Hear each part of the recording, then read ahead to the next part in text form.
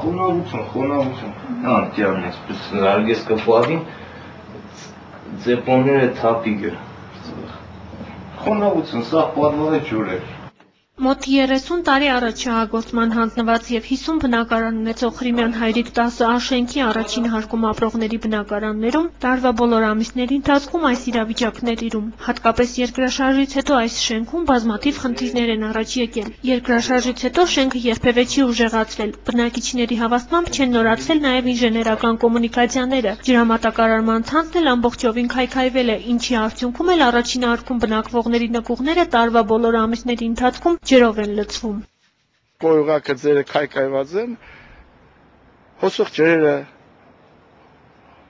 դուրս են տալիս, շենքի բակ դուրս չեն տալիս, բայց քանի որ առաջի հարկերը ունեն պատվալներ ունեն, այդ լսում են պատվալները, որպեսզի դա վերանա, այսինքն պատվալները ջուր լցելու գործընթացը վերջանա, հարկավոր է նախ փոխել կոյուղակիցը եւ ջրահամակարգը, որը մագիստրալի ջրամատակարարման խողովակից մտնում է շենքի։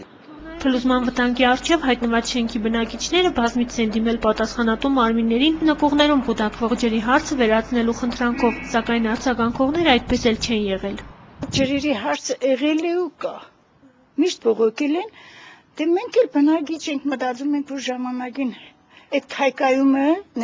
նկուղների քայքայումը ամբողջ շենքի վնասն է։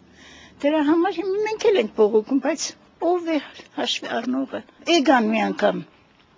ինչ-որ փորեցին, քանդեցին այս հարևանի տունը, ինչ արին, չգիտեմ, հələ էլի այդ ջրերը լցվում է։ Ծանր վիճակում հայտնված բնակիչներից մի քանիսը ստիպված խնդրին սեփական միջոցներով են լուծում տվել։ Մյուսներն էլ որոշել են ընդհանրապես չօգտվել իրենց նկուղներից, սակայն այսպիսով հարցը բնավիր վերջնական լուծումը չի ստացել։ Շուրջ 6-7 տարի շենքի հիմքերը անընդհատ ջրի մեջ գտնվելով բնակիչների հավաստմամբ ամբողջովին քայքայվել են, ու հիմա էլ իրենք ապրում են ամեն րոպե փլուզման վտանգը աչքի առջև ունենալով։ Եթե հիմքը ամուր է, ուրեմն շենքը լավ կկանգնի։ Այսպես մեր խնդրանքը Պետական այրերից այնը որ կան ուշադրություն դարձնեն, հաջախակի կան, ոչ թե մենակ բողոքելու ժամանակ կան, ասենք ոնց ասում են մեծերը թե քթի տակից, մրգի տակից անցնեն ու գնան, այդպես չի կարելի։ Շենքի ուժեղացման անհրաժեշտությունը բխում է խոնավությունից։ Նրա հիմքերը ամբողջապես ջրի եւ խոնավ պայմաններում, իսկ բետոնը խոնավության պայմաններում շատ արագ քայքայվում է եւ ստացվում է, որ 5 հարկանի շենքը դրված է ոչ թե բետոնային հիմքի վրա, այլ գետնի վրա, հողի վրա, գրունտի վրա։ Իսկ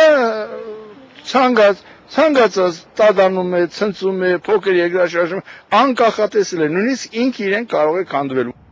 Շենքի ջրամատակարարման ցանցի վերանորոգման խնդիրը Շիրակ ջրմուղկոյուղին իր պարտականությունը, այսպես ասած, չի համարում, քանի որ այն ըստ պատասխանատուների չի գտնվում իրենց հաշվեկշռում։ Այս հարցով ըստ ամենայնի պետք է զբաղվի շենքի համատիրությունը, որն էլ սակայն բնակիչների հավաստմամբ չունի համապատասխան միջոցներ, այլ ընտրանք չունենալով բնակիչները մոտ 3 ամիս առաջ համատեղ ուժերով որոշել են նամակ գրել վարչապետին։ Այժմ էլ անհամբեր սպասում են իրենց նամակի պատասխանին, սակայն այն ստանալու հույս առաջիկայում, ինչպես իրենք են ասում, այնքան էլ չունեն։ Անահիտ Նադարյան, Տիգրան Գասաբյան, Գալանյուս։